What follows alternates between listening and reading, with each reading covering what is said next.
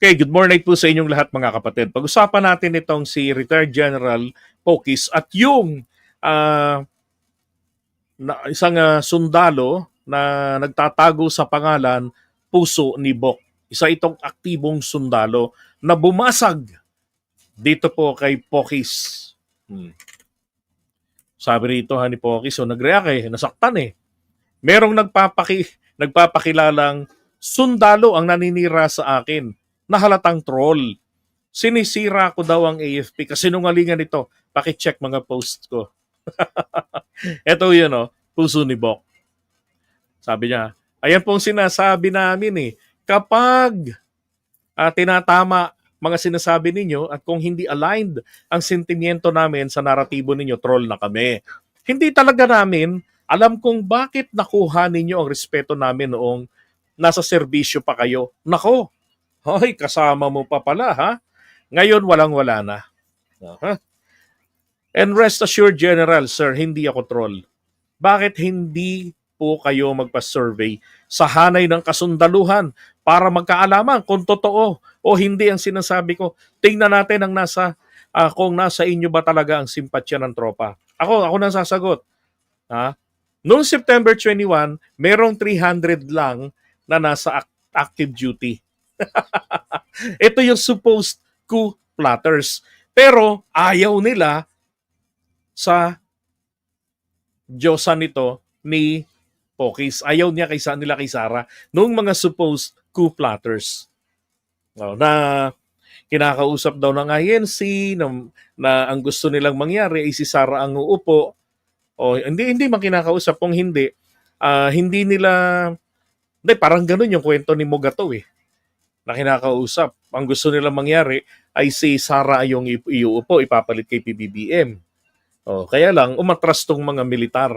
Meron silang 300 na 50-50. Okay?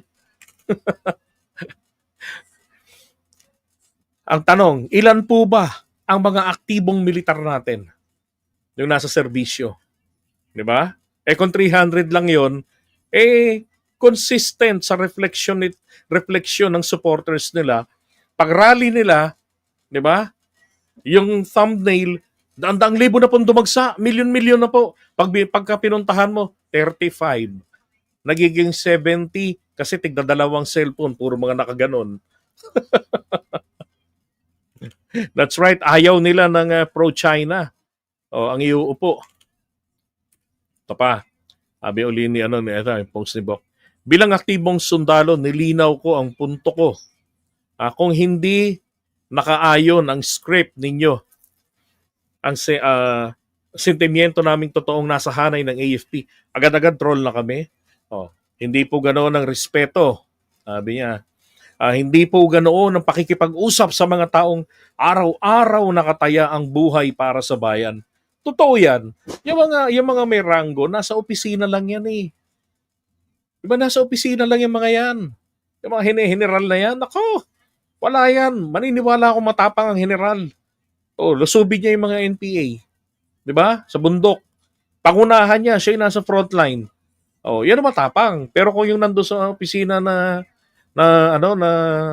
paradyo-radyo lang, pakape-kape, tapos, God damn it! God damn it! Puro si God damn it.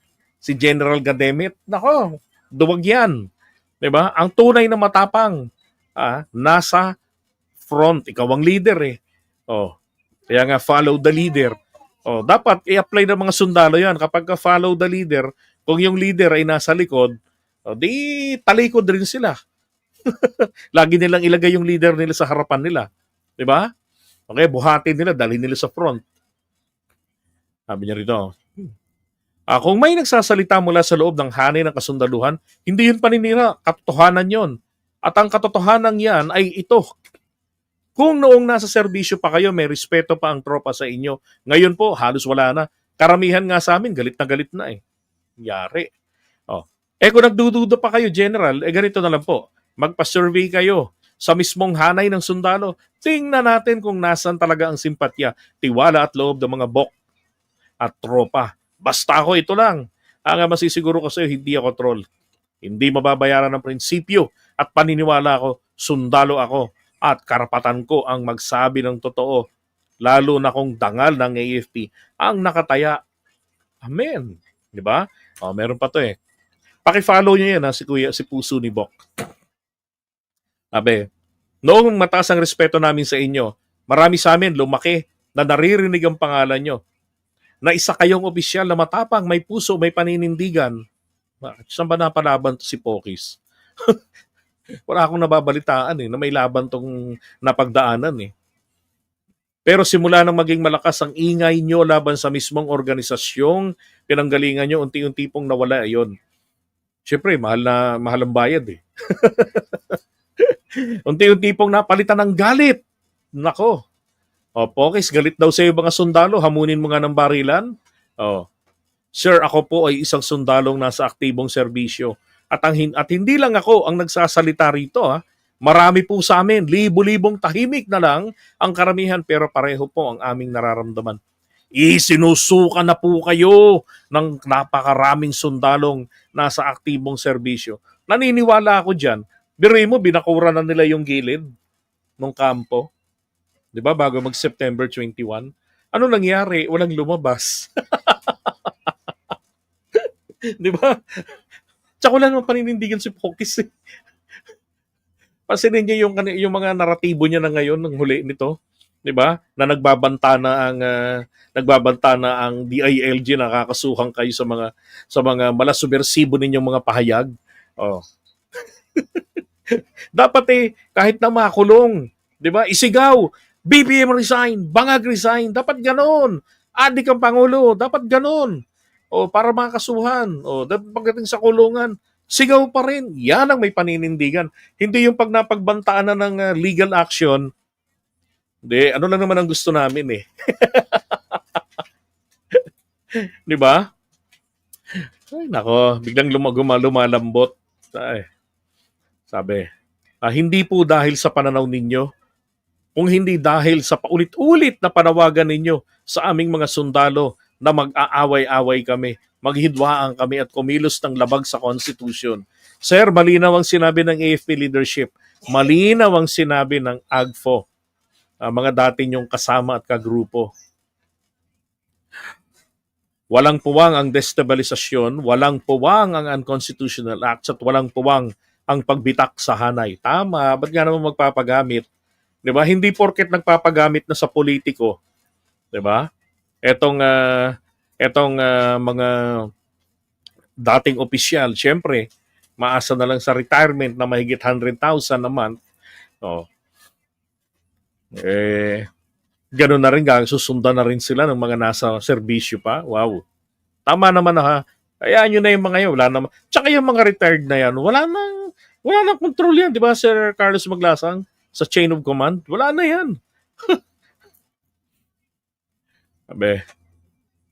Pero kayo po, sir, bakit parang kabaliktaran ang isinusulong nyo? Baliktad nga talaga. Habang kami po dito sa baba, araw-araw nagtatrabaho ng tahimik, nagbabantay sa teritoryo, lumalaban sa insurgents, naghahanda para sa disaster response. May isa namang retiradong opisyal na parang inuudyo kaming sumablay sa tungkulin namin. Isa pa, walang malasakit yan. Alam niyo, ang tunay na leader, hindi manghihikayat, na alam niya kapag sumablay sila sa kulungan, pupulutin yung mga taong susunod sa kanya. Hindi niya gagawin yun. Di ba?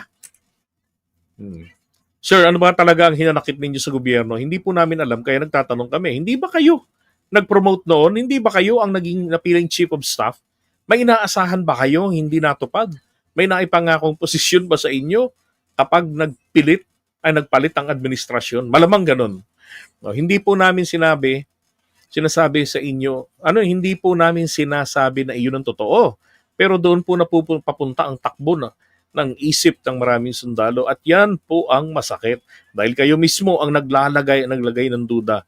Sir, hindi na po nakakatuwa. Marilin nyo na, din pala kayo natutuwa eh. At alam nyo po, kung anong mas masakit, pati pamilya namin nadidismayan na rin sa ginagawa nyo. Hindi nila maintindihan bakit may isang retiradong general na pilit kinakaladkad ang AFP sa politika. Sa kaguluhan at sa naratibo ng mga grupong matagal nang gustong hatiin ang militar. Tama. Sir, sa totoo lang, hindi po na namin alam kung sinong kampo ang pinapanigan ninyo. Bakit po ang lakas ng tono ninyo sa hanay namin? Pero tahimik kayo pagdating sa totoong banta, tulad ng mga dayuhang umaapi sa atin. Hindi namin sinasabi na kayo ay pro-China. Hindi, sabihin mo na. Pero sir, kapag parang mas mainit ang ulo ninyo sa kapwa sundalo kaysa sa mga nangaapi sa bansa, ganon, pag nakita nyo, barilin nyo na buk. Sir, huwag niyo pong sabihin na hindi porket hindi kami pumapasok sa politika ay kulang kami sa integridad. Hindi totoo yun. Hindi porket sumusunod kami sa Commander-in-Chief. Nako, si PBBM yan ha. Nabibili na kami. Tama naman yun, di ba? Hindi porket tumatahimik kami ay wala kaming moral courage. Tama. Eto, ang sundalo sir, may panata sa Constitution, hindi sa emotion. Ay, tama, di ba? Hindi kami sumusunod dahil sa takot. Sumusunod kami dahil iyon ang tama. Dahil iyon ang sinumpaan namin. Dahil iyon ang nagtataguyod ng kapayapaan. Sir, please, tigilan nyo na po ang paglason sa isip ng mga tropa at officers namin. Hayaan nyo pong gawin namin ang trabaho namin. Hayaan nyo kaming maging sundalo para sa bansa. Tama, hindi para sa mga Duterte. Tapos makikinabang sila sa posisyon. Hindi para sa politika, hindi para sa personal na galit ng kahit sino. At kung sinasabi niyo pong courage, integrity, loyalty, ang dapat manaig, sir, yun mismo ang dahilan kung bakit hindi namin sinusunod ang panawagan nyo. Kapal ang mukha, no? Laos ka na sa serbisyo, tapos gusto mo masunod ka pa? Wow. Dahil may tapang kaming tumanggi, may integridad kaming umiwas sa kaguluhan, may loyalty kami sa Constitution, hindi sa personal na disgusto ng kahit sinong retiradong opisyal. Mahal namin ang bayan, mahal namin ang kapayapaan at mahal namin ang AFP. Kaya sir, tama na po. Diba? Ano gusto kayong gamitin? Barilin nyo pag nakita nyo. Ganun lang yun. Ito nga, bonus pala kay Sarah. Ay, oh my God. Okay, ano ba yan? Iyakin ka daw,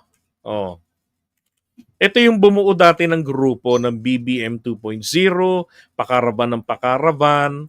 Ayun. Maraming mga nadismaya pag upo ni PBBM kasi na hindi nabigyan ng posisyon. Di ba? Baka ito rin. Ay, nako. Kaya dapat hinuhuli na to ng pinapakulong tong mga to kinakasuhan nakasuhan na to. Di ba? Nakasuhan na to. Sana mahatulan pa. Diba? At madagdagan pa yung kaso. Kada panghihimok ng pagre-rebelyon ng ating sandatahan at ng mamamayan laban sa gobyerno. Kaso dapat ganun, pakita na ni PBBM. Yung hindi na yung bait-bait. 3 taong mabait, ginagulang siya, di ba? Pinagnakawan tayo ng mga korap na mga politiko natin at mga contractors at contractors. Ngayon, itong mga destabilizers, sinasamantala nila. Kaya ngayon, ang dapat, pakita mo naman ang bangis. Diba? Pakulong mo. Life sentence lang naman yun. Kasuhan nyo. Diba?